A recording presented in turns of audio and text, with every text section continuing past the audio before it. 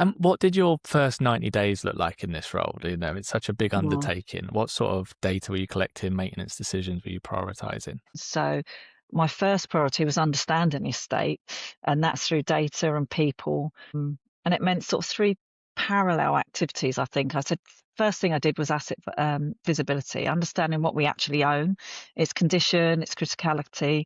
That's crucial. That was crucial for me.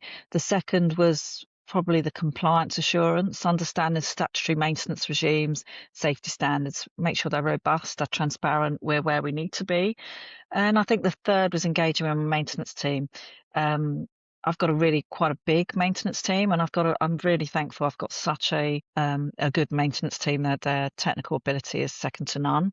So they hold an enormous amount of knowledge and about knowing how the buildings behave, knowing what the failures are, the risks are.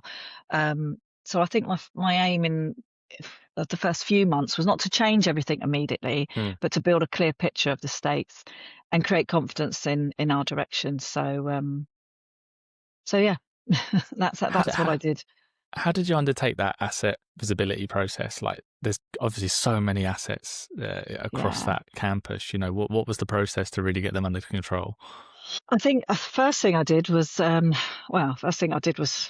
couple of weeks sitting in, understanding the campus from a desktop sort of viability. But then it was really getting out and about on the estate, going out with the teams, going out with different faculty members. Visiting faculty is really important because I might have a perception of what that faculty does, but I think visiting the faculty and understanding their challenges, that was really important to me. I think that beats any desktop study that you might be looking at, might be looking at data, but visiting the faculty and understanding their research requirements and the fabulous things that they're doing really helped me understand what our critical assets were and what our critical asset list looked like and how they interacted with each other.